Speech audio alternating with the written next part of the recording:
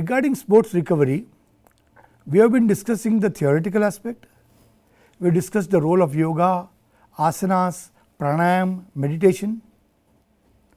But the query remains, is there any structured program to discuss and to plan out a recovery program for the athlete?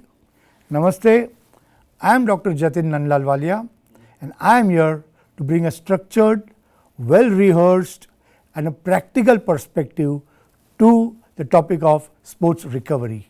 The practical perspective to sports recovery is designed over years of experience and education in the field of sports.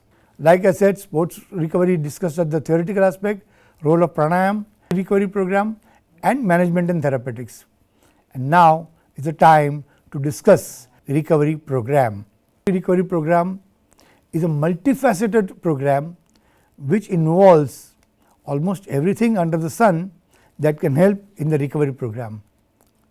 It is vital to include almost everything under the sun which is related to recovery, because even 0.0001% can lead to either the podium or just participation, and the plan, the program and the aim is a podium finish, not just participation finish.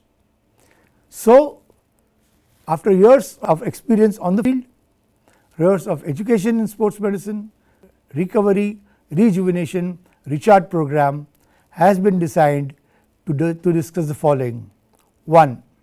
Discipline, 2. Rest, 3. Sleep, 4. Massage, 5. Diet and rehydration, 6.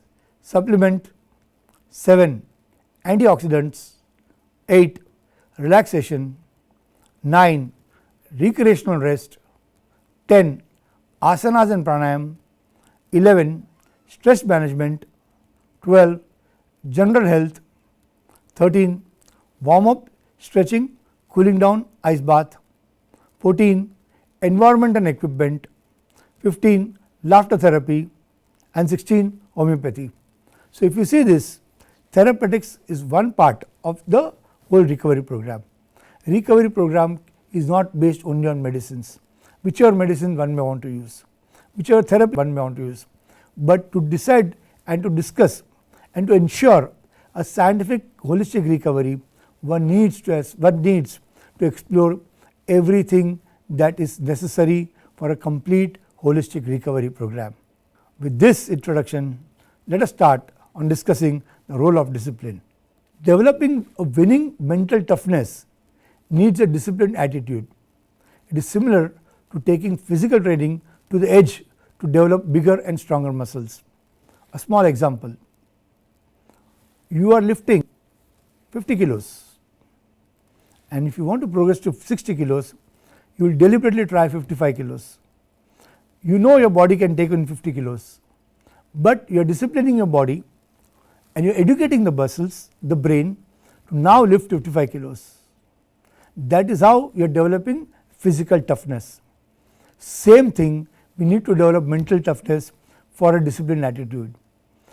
The best thing that can ever happen to a sports person is to follow a very strict discipline all around. Important point is to discipline the mind to see the opportunities, not just see but perceive the opportunities, not just obstacles. There will be obstacles. How to overcome obstacles? What is the role of a sports person to do that? And why a sports person needs to remove the obstacles? Because reaching the podium is not just finishing the race. Reaching the podium is doing excellency where the world has not yet reached, where your opponents are yet to reach, where your mind has already reached the podium. So, it is very important to understand, to discipline the mind to perceive the opportunities, not just obstacles. Like this graphic shows, this is not a glass which is half empty, this is a glass that is half full. The mind is disciplined only to see the half full glass and not to see the half empty glass. Discipline in game comes from where? I am very disciplined in my game. When I go to a sports field, I am very disciplined. Is that it? Well, I have begged to differ, because discipline in game comes from discipline in daily life and living. No discipline, no success, no discipline, no success. And it is not just a statement, it has to be a way of life. Because if your body, if your mind, if your soul is disciplined everyday living, then this will reflect upon what you are doing on the sports field. I have known various sports persons with whom discipline has been a very integral and a very integrated part of their lives, and that is what has differentiated them from other sports persons. That is where they have reached the top, where others are still on the way to the top. A disciplined mind, a disciplined life, a disciplined living cannot be compromised. It has to be there. It has to be the basis on which you will develop the discipline on the field. Second part was rest. So, body during rest enters the anabolic phase. It repairs and builds the tissues and muscles through the protein synthesis and hormone regulation. Again, like we discussed last time, it is body during the rest period that anabolic phase will enter, that the repair will start, that relaxation will start, that the recovery will happen. So, now that we have mentioned about anabolism, a little bit about what is anabolism. It is a process where the body uses smaller molecules like the nutrients, amino acids, and bonds them together to create bigger structures like a muscle tissue. Events that happen during rest period are: 1. Anabolism.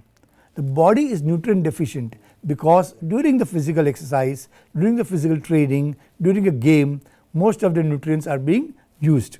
So, this body has now become nutrient deficient.